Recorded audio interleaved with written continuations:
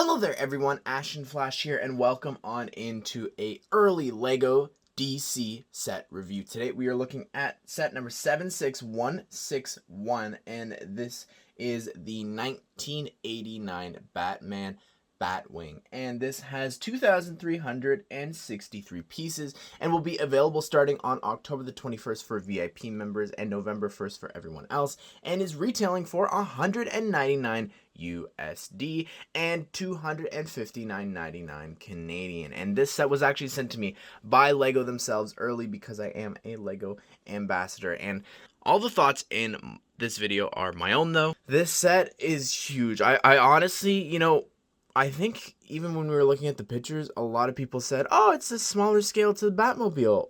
No. This thing is absolutely insane. It is so wide. I did not expect that. I don't know what I was thinking. It is so massive, and honestly was one of my favorite sets to build of all time. It was just so therapeutic. I can't really explain it. There's just something about how simple and clean this is and how symmetrical it is. Everything that I did was just, I don't want to say rewarding, but it was such an enjoyable build, because what you do on the left, you're doing on the right, and it was color coded. One side was green, one side was red for Technic pieces and stuff like that. It was just so fun and interesting to do, just some of the techniques that was used in this set to build the curvature and roundness of this. Even the fact that technically this is a giant Batman logo. It was just so great, and the three figures in here that are included, they're good to have. Like, I'm really happy about them, and I'm gonna say a lot of things towards the end just about what I think they could have or should have done for the 1989 sets as a whole. But honestly, to get this was such a surprise this year, and I'm so glad. And there's so many videos to come with this. Like, I'm gonna try and combine the character stand to make something special. I've also got plans, I've got to put the Batmobile in this together, and there's also going to be a Batwing comparison with all the other Batwings that I have in my collection, or just the DC superhero one. So there's so much. There is so much to come. But let's just talk about this thing, because honestly, I'm telling you guys, it's a beast. Like, it is absolutely insane how huge this is. And the other funny thing, just to tell you while I was building, is I had all the pieces, of course, laid out on the table, and I was streaming it, and I would sometimes lose pieces, because when I would put them on the table and I would spin it around, these little sections here would grab them, and they would be all the way at the back, and I'm like, I think LEGO didn't give me these pieces, but it turns out they actually did. So I thought that was really funny to just kind of talk about. But honestly, this thing is insane. It's so huge. I'm really in love with this. It looks great. There's two ways to actually display it. One is with a stand, which we'll take a look at, and then one is with a wall mount. So there's quite a few different ways to display this huge LEGO set. And honestly, one of my favorites, I think, for DC. And I don't even like big builds, but this is just so fun to build, and it's just so nice looking, honestly. And one of my favorite parts, I gotta say, to actually build was this part in the back. These, like, fins or whatever this is, I don't even know, but that was just, it looks so great. I love just the shape of the Batwing and how it's like a giant bat symbol. Of course, we know how it makes that, when that sort of that symbol, that imagery, when it goes up in front of the moon, which was really cool. This is 43 of these 1x2s on each side, which is really crazy, but it's just really great, honestly, and I'm just loving this thing. So let me show you some of the play features. There's not too many, of course, but there is some. So these flaps here actually do lift up, and you can see underneath what that looks like for the tiles and things underneath included, so they can flap up a bit if you wanted to. I believe it's to slow down. The other thing that is here is the guns, and they can go up a little bit just by lifting them like that, which is pretty interesting. You've also got some missiles here, I believe, or I'm not entirely sure what those are. It says 4 mounted missile launchers on the actual plaque, so I'm going to assume that's 1, 2, 3, 4 of those. And besides that, there's nothing else going on. I think these are also guns, and you could spin them if you wanted to a little bit, but not very easily.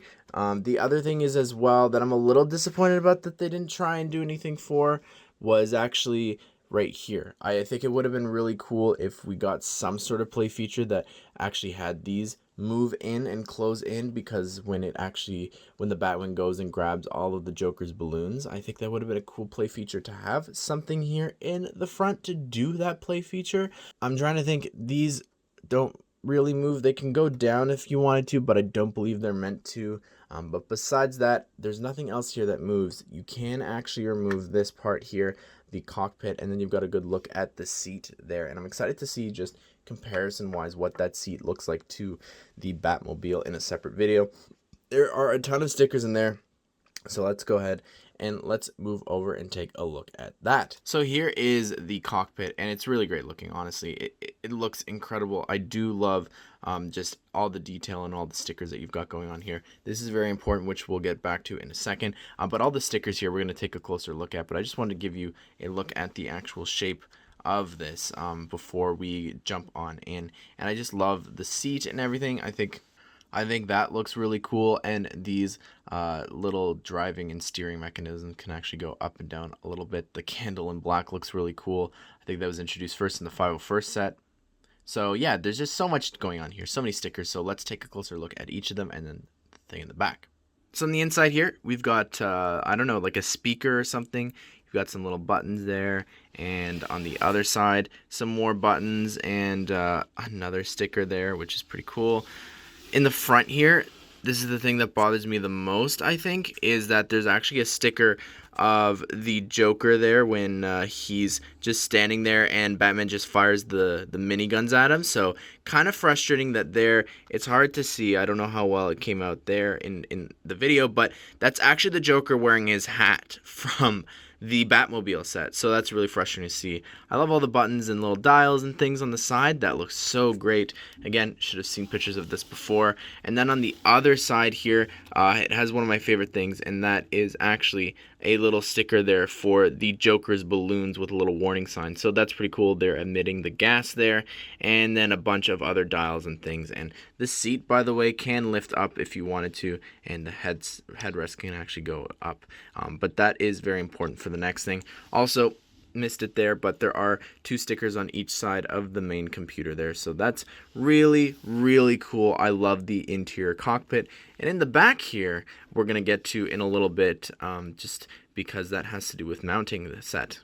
So here is what the underside of the Batwing looks like, and you just get a good look at how clean this set actually is. I just love the way that this looks here. It's just so nice, and it's so unnecessary to have some of these bricks here. Like, it's just unnecessary detail that just really adds to it. You can actually lift these up a bit. I think you're meant to do that when it's on the stand, so that's pretty cool. And then I like these as well, just to kind of make it level. I don't know what those are meant to be, but it looks great. And honestly, just spinning this whole thing around, it's really cool. And I love just how you could see the shape of the bat symbol and the bat wing. And the other thing is as well, just to mention that before, when I said that you aren't meant to move these, well, when you have it upside down, it's a lot better that they do actually move so that they don't break. I love this part, just how they really did the curve here. I have no idea how else they would have been able to do it to fill in some of these gaps, but it's just incredible the techniques and things that you're using actually in that to make it. So just look at that. That little peg there goes into there, and then we've got the Batman dish there.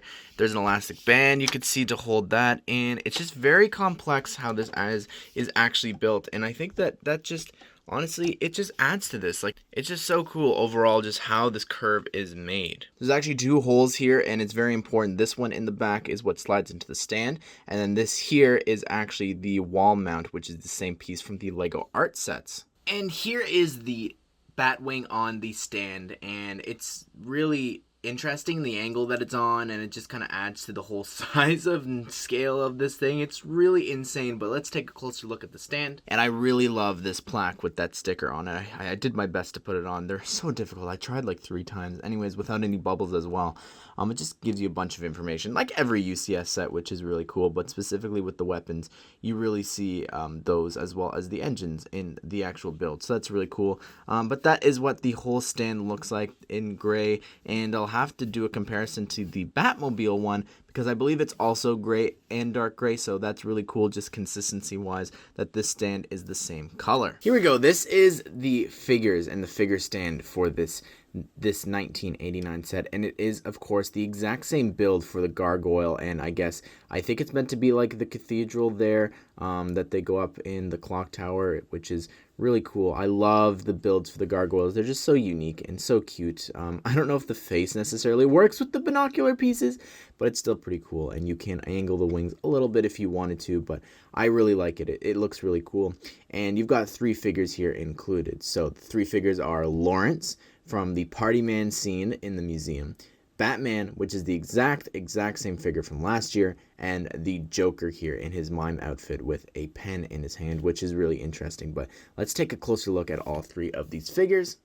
And before we do that, just spin it around. Nothing going on here in the back. So the first figure we'll take a closer look at is the Batman figure, and this is the exact same one from last year. Unfortunately, it would have been cool if we got some Michael Keaton face print, but I fixed some of the figures because I don't necessarily agree with all their choices, but anyways, this is the Batman figure, and this is the exact same cowl piece that they introduced last year. Honestly, there's just something special about this molded cape, which just looks so cool. I just love the way that it looks like it's flapping in the wind, which just looks so incredible to me. But let's go ahead and let's remove this.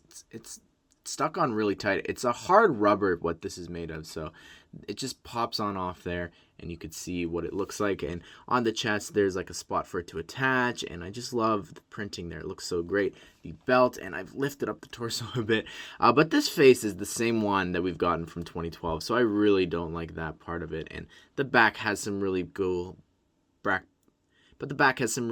printing as well, and of course he does come with a black batarang. No grappling gun this time though.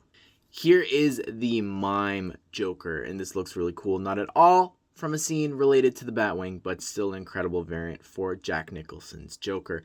Looks so great. I love the exclusive prints here. They look great. The leg printing there, the checkers look so fantastic. Wish that it went around on the side, but I get that it doesn't necessarily need to because we do have this hip attachment skirt piece, which just looks really great. And the torso there looks so incredibly detailed as well, and it has some really cool back printing, which isn't necessarily necessary, but it adds to it, of course. And the face print though is just amazing. When you remove that top hat, you really get a good look at just how detailed this is and how great that looks with Jack Nicholson there. And his accessory there is a little pen piece, a little feather, because the pen truly is mightier than the sword, which is a really iconic line, I think, from the movie. And this is an iconic outfit, and I just wish that it had the hair, the green hair, as an alternate for the figure, but still really incredible looking. A figure that I never really thought that we'd get, and I'm excited to do a complete Joker comparison video at some point in the future. And here is Lawrence, and someone who has a single line and what LEGO calls just the boombox guy.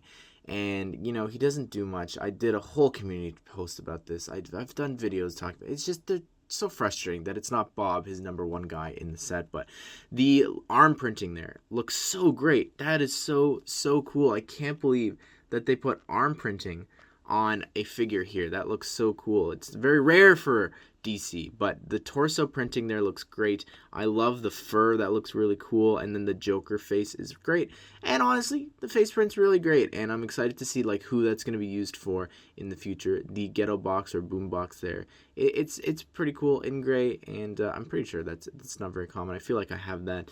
And then on the back there, the printing looks really great as well. I really like that, and it's a great looking detailed figure. Just should have been Bob, his #1 guy. Well, there you have it, everyone. That is the 1989 Batmobile. Again, thank you so much to LEGO for sending this to me early. I can't believe that I had this. While I was building it, it kind of hit me that, you know, it was just strange to be streaming in front of people, and I just never thought that I would have been doing this a few years ago, building in front of people and getting a chance to build an unreleased Lego set. Like, that's crazy to me. So thank you to them, and thank you to you guys as well. But this set's incredible, really is, and I would be saying this regardless. Last year I even said I would have preferred the Batwing over the Batmobile just because it's something special and unique. But please consider subscribing and turning on the bell notification so that you don't miss out on all those videos that I mentioned that's going to be coming because of the Batwing. There's just so much to look for. But anyways, everyone, what do you think of this set? I really want to hear your thoughts about it down below. Are you going to be picking this up on October 21st or the 1st?